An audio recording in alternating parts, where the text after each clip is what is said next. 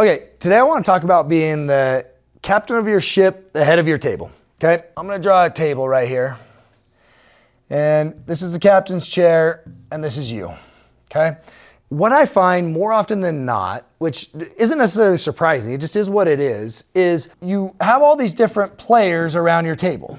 Okay? And I'm going to talk, you've got a CPA, you've got your attorney that handles, any legal matters. You have estate planners. You have financial advisors. You got a mortgage guy. You've got a real estate guy, okay? And you have all these people. And then you have you, and you're in charge.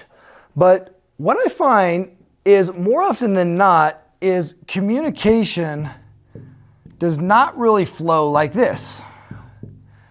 Communication just flows like this, okay? And left hand's not talking to the right hand and vice versa. What I find is super valuable is if your CPA is talking to your estate planner, who's talking to your financial advisor, and they're talking about tax harvesting your stock portfolio in November to see if there's some assets that you should sell that you could realize a loss in that's gonna help your overall tax situation, and your CPA's triggering some of this conversation to say, here's tax liability we're going to have. What strategies, what levers can we pull? Hey, let's bring in your real estate person. Let's bring in your mortgage person. Are your mortgages being structured appropriately based on everything else you have going on? And everybody collaborating together. What I find is you have each of these individuals and they kind of have their own agenda. And they think they're doing what's in your best interest, but they're also working a little bit for what's in their best interest, right? What financial advisor wants to recommend more real estate in your portfolio? If that means you're going to pull money here, that means less fee income for them, and you're going to allocate it over here. And so you want to surround your table with people that are going to work in your best interest. And everybody needs to know that they're working for you, but you have to know how to drive the ship. And this is where I think a lot of people go wrong is they don't create these conversations.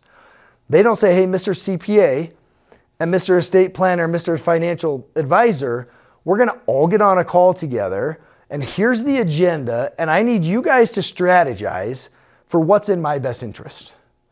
And you have to kind of create that conversation and almost drive it, but the more you do it, the more they'll start to do that. And yeah, that might cost you a few bucks to create those conversations, but it's well worth it. And if these people aren't willing to collaborate and do what's in your best interest, then you've got the wrong people right around your table, and you need to get the right people. But you have to understand how to drive it and what conversations need to be had, what strategies need to be had. And don't strategize for your taxes in December when all these guys want to be on vacation. Like, you need to know where you're at year to date, at least a quarterly basis, especially you entrepreneurs and self-employed people. And you need to be having these conversations throughout. I hate to see it, but it happens all the time. People start doing their taxes in February or March, and then they're trying to say, well, what can I do? And it's like, you're 2-3 months too late, right? You need to know where you're at as you're going and get everybody on the same page working for you. So happy to have further conversations and help you kind of map this out. Happy to make recommendations of people that I know that will collaborate and have this type of vision and know ultimately who the boss is. But definitely encourage you to one, identify who's around your table right now, which pieces are you missing, and are they the right butts in the right seats?